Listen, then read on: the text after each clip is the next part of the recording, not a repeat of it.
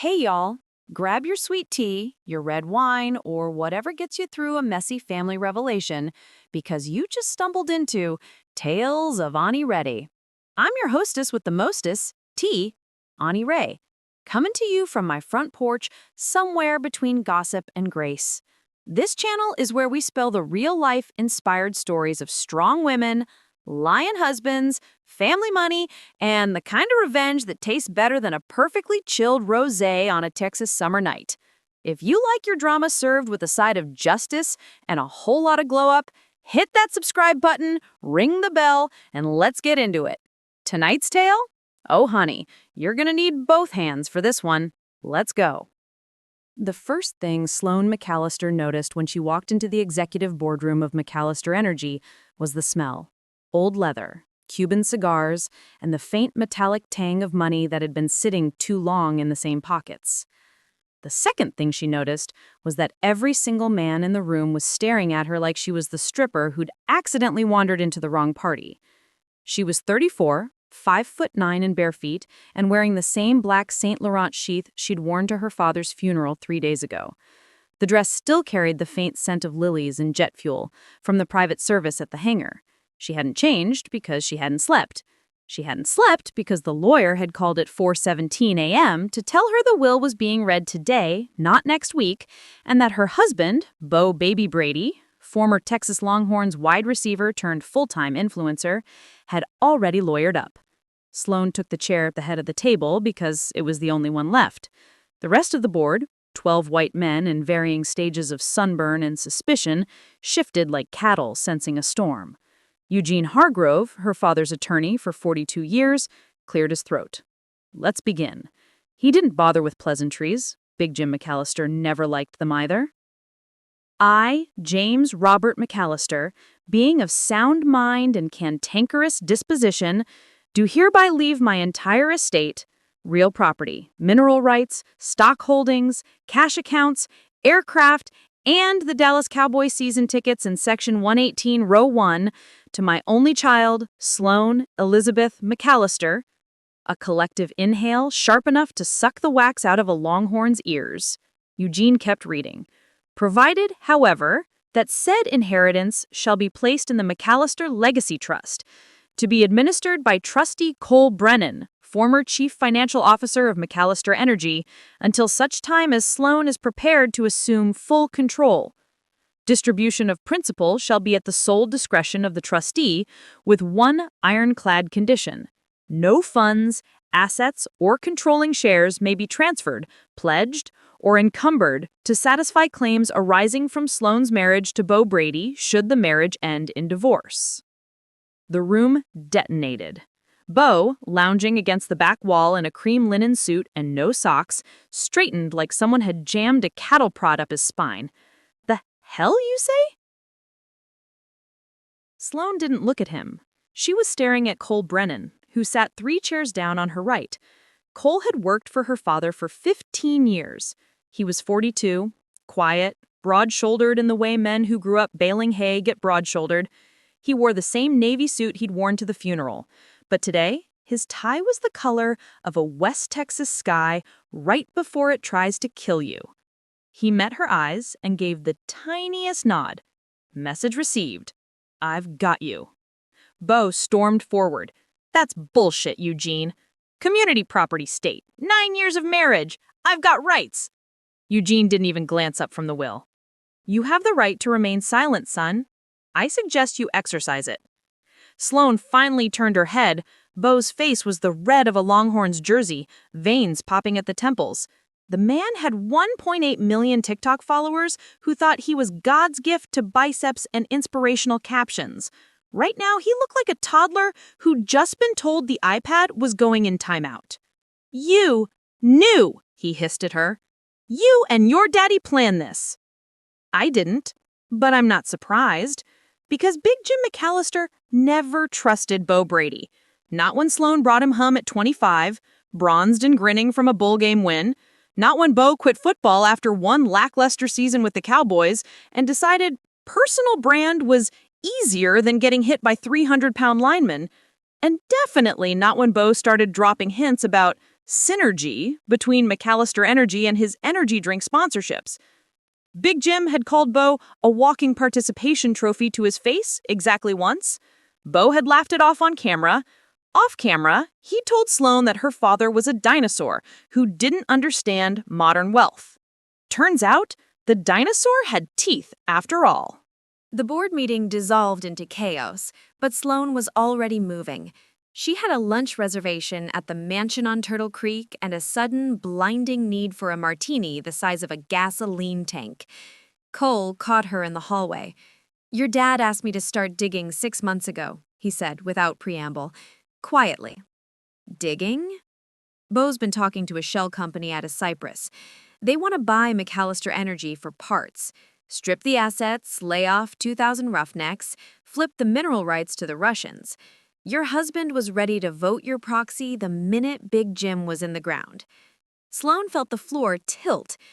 "He can't. I controlled the shares." "Only if you're married to him when the trust vests. If you file for divorce before the 1-year trustee period is up, he gets nothing. Your dad built in a poison pill. Bo knows it. That's why he's been love-bombing you since the funeral. Flowers, apology reels, that whole grief brings us closer nonsense." She laughed, sharp and bitter. "I thought the 10-carat upgrade on my ring was just his grief talking." Cole's mouth flattened. "There's more. The charity gala you chair every year, the one for pediatric cancer? What about it?" Half the silent auction donations for the last 3 years were fake.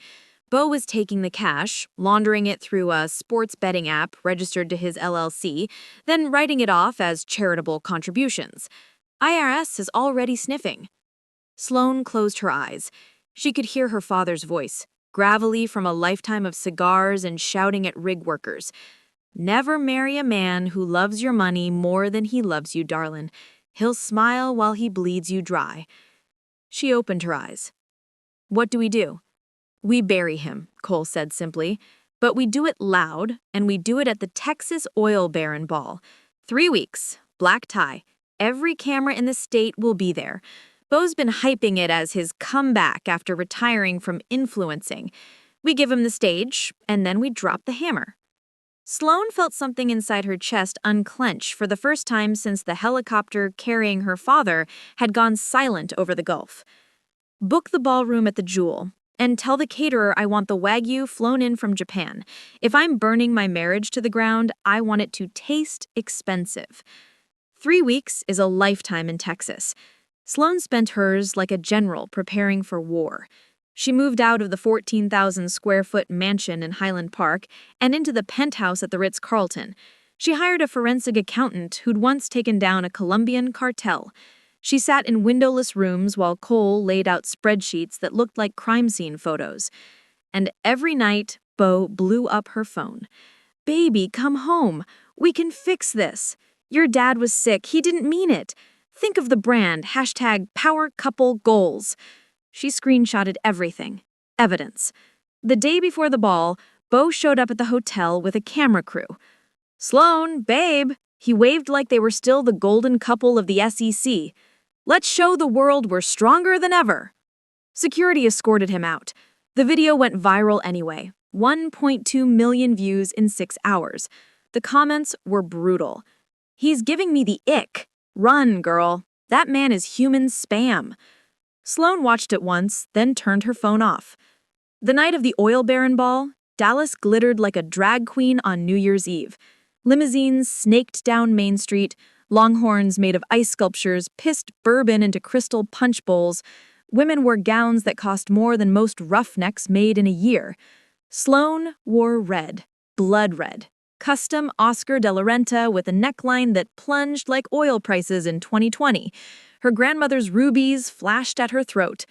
Big Jim put them in the trust too. Untouchable. She walked in alone. The orchestra was playing Deep in the Hearted Texas. Every head turned, phones lifted. She smiled the way her mother had taught her. Chin level, eyes lethal. Bo was already on the dais, holding court with a microphone, wearing a white tuxedo jacket and the expression of a man who thought he'd already won. "Ladies and gentlemen," he boomed, "before we kick off the live auction, I just want to say a few words about family, about legacy, about the woman who stood by my side through thick and thin." The lights dimmed. A screen the size of a drive-in movie lowered behind him. Cole had timed it perfectly. The first slide, a still photo of Beau in a hotel suite in Houston, lip-locked with a 23-year-old bottle service girl, time-stamped 2 weeks after Big Jim's death. Gasps. Cameras flashing. Second slide, bank transfers. 1.4 million from the Gala charity account to an offshore LLC spelled Bayo Brady Enterprises. Third slide, an email from Beau to the Cypriot Shell Company. Subject line, "She's reaving. Perfect time to push the sale. We'll have proxy by Christmas." The room went dead silent. Beau's face drained of color so fast he looked like a vampire in a tanning bed. Sloane climbed the 3 steps to the stage. She took the microphone from his limp hand. "Thank y'all for coming," she drawled, sweet as iced tea. "Tonight was supposed to be about charity. Turns out it's about consequences." She turned to Beau. Up close, he smelled like tequila and panic. "You forgot one thing, sugar," she said loud enough for the microphones to catch. "In Texas, we don't just shoot the horse when it breaks a leg. We make sure the rider never forgets who held the reins." 2 uniformed FBI agents appeared at the edge of the stage. Polite, but their hands rested on cuffs. "Beau Brady, you're arrested for wire fraud, money laundering, and conspiracy to commit securities fraud." The orchestra struck up Jolene because the conductor had a sense of humor. Beau tried to run, slipped on the waxed floor in his sockless loafers, went down hard. Someone yelled, "That's gonna leave a mark." She didn't watch them cuff him. She was already facing the crowd. "McAllister Energy is not for sale," she said. "Not today, not ever. And the pediatric cancer wing at Children's Medical Center just got a $10 million donation courtesy of the trust my daddy was smart enough to set up before he left this earth." She lifted her champagne. "To Big Jim McAllister," she toasted, "who taught me blood is thicker than oil and twice as hard to clean up." The applause was deafening. Later, much later, after the cameras stopped flashing and the ice sculptures melted into bourbon soup, Cole found her on the balcony overlooking the rooftop pool. The city sparkled below them like scattered diamonds on black velvet. "You okay?" he asked. She leaned on the railing, the red dress caught the breeze. "I will be," she said. "Daddy always said never to waste a perfectly good crisis." Cole handed her a folder. Inside was a single sheet of paper, the resignation of every board member who'd been in Beau's pocket. Effective immediately. "Thought you might want a clean house," he said. She looked at him then, really looked, at the quiet steadiness that had been there all along, hiding behind spreadsheets and 10-gallon egos. "You've been waiting a long time to do that," she said softly. 15 years, he admitted. "Since the first time your father told me to watch out for you." Something electric passed between them, too fragile to name yet. Sloane closed the folder. "Walk me home?" she asked. The penthouse was only 6 blocks away, but Dallas traffic being what it was, the limo took 20 minutes. Neither of them minded. Inside, the suite was dark except for the skyline through the windows. She kicked off her heels, he took off his jacket. "Cole?" "Yeah?" "Thank you. For everything." He stepped closer, close enough that she could smell cedar and clean soap and the faint trace of the oil fields he'd never really left behind. "I'm not going anywhere, Sloane. Not unless you tell me to." She reached up, touched the hollow beneath his cheekbone. "I'm not telling you anything tonight, except maybe stay." He kissed her like a man who'd been holding his breath for 15 years. Later, when the city was quiet and the sheets were tangled, and her grandmother's rubies lay scattered across the nightstand like drops of frozen blood, Sloane lay awake listening to Cole breathe.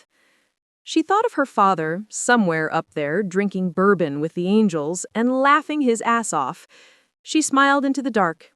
Turned out the old man had been right about one more thing. Everything is bigger in Texas, including second chances. 6 months later, the new sign went up over the headquarters on Ross Avenue, McAllister Energy, a legacy company. Underneath, in smaller letters, Sloan E. McAllister, Chairman and CEO. The first board meeting under her leadership lasted exactly 43 minutes. She fired 3 holdouts from the old regime, promoted 2 female roughnecks to VP, and greenlit a scholarship program for the children of oilfield workers. Then she walked across the street to the Neiman Marcus flagship, bought the most obnoxious pair of red-bottom boots she could find, and wore them to the groundbreaking of the James R. McAllister Pediatric Cancer Wing. Cole was waiting for her there, leaning against his truck, Stetson tipped low. "Ready, boss lady?" She slid into the passenger seat, kicked her feet up on the dash. "Take me home, cowboy." He grinned. "Which one? The ranch got 2 cutting horses and the penthouse has that big shower you like." She pretended to think about it. "Surprise me."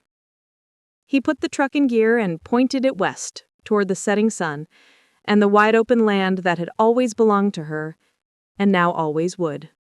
Behind them, Dallas kept shining.